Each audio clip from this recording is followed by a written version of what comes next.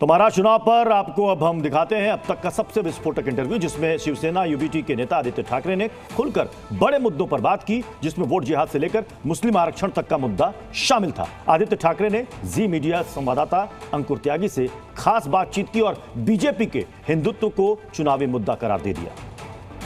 आपने भी भगवा पहना हुआ है, आपके दादाजी, पिताजी, परदत्त जो दादा थे आपके, वहां से आपका रिश्ता भगवा से रहा है। बीजेपी भी भगवा को धारण करती है, अपना क्लेम करती है, एक राजनीतिक उनकी आइडियोलॉजी है।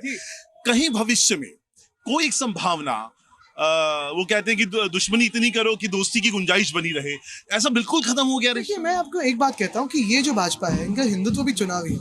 अगर राम मंदिर बन चुका है, रामलला का मंदिर बन चुका है, जो आजू बाजू में जमीनें थी वो किसको दी है? लोधा जी को दी है। लोधा जी कौन है? बिल्डर है। वो तो क्या कार सेवकों को फ्री घर देने वाले हैं? नहीं देंगे। हमारा जो भगवा कहता है कि हृदय में राम है लेकिन हाथ को काम भी होना चाहिए, तो वही बात है। अच्छा, ये आपने, चूंकि आप हम महाराष्ट्र में हैं और आजकल एक बड़ी थ्योरी बड़ी वो हो रही है, हरियाणा इलेक्शन में एक नारा निकला था जो योगी आदित्यनाथ ने दिया था, बटेंगे तो कटेंगे।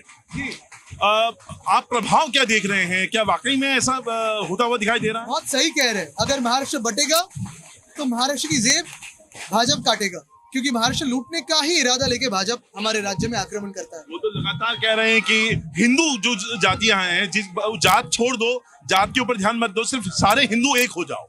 तो मुझे कहिए, जो बांग्लादेश में हिंदुओं पे अत्याचार हो रहे थे, उस बांग्लादेश के साथ क्रिकेट खेलने की क्या जरूरत थी? जो नवाज शरीफ को आप गले मिलते हो, क्या वो हिंदुओं के लिए करते हो? तो यही बात है उनका, जो मैंने कहा हिंदुत्व उनका नकाब है, उनका चुनावी हिंदुत्व है। आपके नेताओं के कुछ वीडियो बड़े वायरल हो रहे हैं या किए जा रहे हैं, आपने भी देखा होगा, जिसमें कई सारे मुल्ला मौलवियों के बीच में बैठ के वोट मांग रहे हैं, पीछे आपके सचिन नहीं खड़े थे, वो आपने भी देखा होगा। आपने आरएसएस के सरसंघ चालक को देखा है? कभी देखा तो है ना, दरगाह पे जाते हुए, मस्जिद में जाते हुए। तो वो करे तो ठीक है, हमारे कोई नेता करे तो गलत हो जाता है। ये भाजपा कौन होती है हमें सर्टिफिकेट देने के लिए? आरएसएस चीफ जाते हैं, कभी दरगाह पे जाते हैं, कभी मस्जिद में जाते हैं।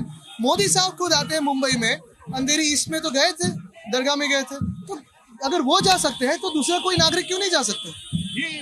ये थ्योरी डैमेज कर रही है आपको? हाँ, ये बिल्कुल नहीं। ये महाराष्ट्र, हमारा पहला धर्म महाराष्ट्र धर्म है और महाराष्ट्र धर्म के हिसाब से ही वोटिंग होगी। आदित्य जी, एक शब्द बड़ा वायरल हो रहा है महाराष्ट्र में, वोट जिहाद। और ये कहा गया, लोकसभा के चुनावों के बाद कहा गया कि उद्धव ठाकरे को मुसलमानों ने 100% वोट दिए। कई ऐसे क्षेत्रों के नाम आपने सुने होंगे, मीडिया में आए थे। वोट जिहाद की बात कही जा रही है। मुझे लगता है एक सबसे अहम चीज ये है कि अगर हिंदू वोट दे, मुस्लिम वोट दे, सिख दे, क्रिश्चियन दे, पारसी दे, बुद्धिस्ट दे, क्या गलत है? उनको वोटिंग का तो अधिकार है, वो ये देश के नागरिक है। अगर कोई वो पसंद करते हैं तो क्यों ना दे? और ये जो वोट जिहाद की बात कर रहे हैं, तो बीच हाल ही में अगर आपने देखा होगा, किसी न्यूज़पेपर ने ही एनालिसिस की थी बीजेपी के वोट शेयर को और कौन से इलाकों में कितने वोट मिले। तो मुझे लगता है ये पोलराइजेशन, यानी कि आप उनके वोट छीनने वाले हो, आप हर एक दूसरे का वोटिंग का राइट निकालने वाले हो।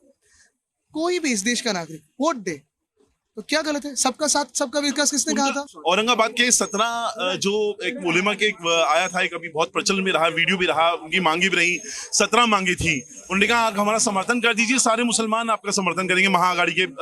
देखिए, मुझे लगता है जो हिंदू, मुस्लिम, सिख, ईसाई महाविकास आघाड़ी को समर्थन दे रहे हैं, वो इसी वजह से दे रहे हैं क्योंकि उनको भी पता है कि अगर इस बार महाराष्ट्र में महाविकास आघाड़ी की सरकार नहीं बनेगी तो हर एक के अधिकार निकल जाएंगे, और जो आज हम ऐसे बात कर रहे हैं वो भी निकल जाएगा। इस राज्य का नाम गुजराष्ट्र या अदानी राष्ट्र बन जाएगा। आप लोगों के आरएसएस से भी बड़े प्रगाढ़ संबंध रहे हैं, काफी दशकों से रहे हैं, अभी भी वो संबंध बने हुए हैं या खत्म हो चुके? नड्डा जी से तो अच्छे हमारे संबंध है। नड्डा जी ने तो कहा था कि आरएसएस की जरूरत नहीं है उन्हें भाजपा को। उनसे थोड़े अच्छे संबंध शायद हो सकते हैं, लेकिन जो भी महाराष्ट्र को लूट रहा है उनके साथ संबंध नहीं बना। लगातार ये खबरें आपने भी सुनी होंगी, मीडिया के हलकों में खूब चलता है कि शिवसेना की तरफ से, मतलब उद्धव ठाकरे शिवसेना जो है उसकी तरफ से अभी भी ऑफर है बीजेपी के पास। बीजेपी की तरफ से आपकी तरफ से उनको ऑफर है? मैंने तो जाना भी है और सुना भी है कि भाजपा से तो ऑफर आती रहती है, और खास करके उन्होंने लोकसभा की हार के बाद तो ऑफर की है। अच्छा, ये बताइए क्या क्या ऑफर आए? ऑफर तो यही होती है कि 40 लोगों को डिस्क्वालीफाई कर देंगे, वो तो ऑफर स्टैंडिंग ऑफर ही होती है। लेकिन जिसने हमारी पार्टी को तोड़ा, जिसने हमारे परिवार को तोड़ने की कोशिश की, जिसने हमने हमारा सब कुछ लेने की कोशिश की, यहाँ तक तो आपने देखा होगा पार्टी का नाम, पार्टी का सिंबल, मेरे पिताजी ने दादाजी की खींची हुई फोटो, तस्वीर भी ले ली, हमारा सरनेम भी लेने की कोशिश करेंगे। तो इतनी सारी चीजें तो हुई, लेकिन उसके आगे जाके जब सरकार स्थापित की, महाराष्ट्र की जो लूट उन्होंने की है उसे कभी हम माफ नहीं कर पाएंगे। Z News.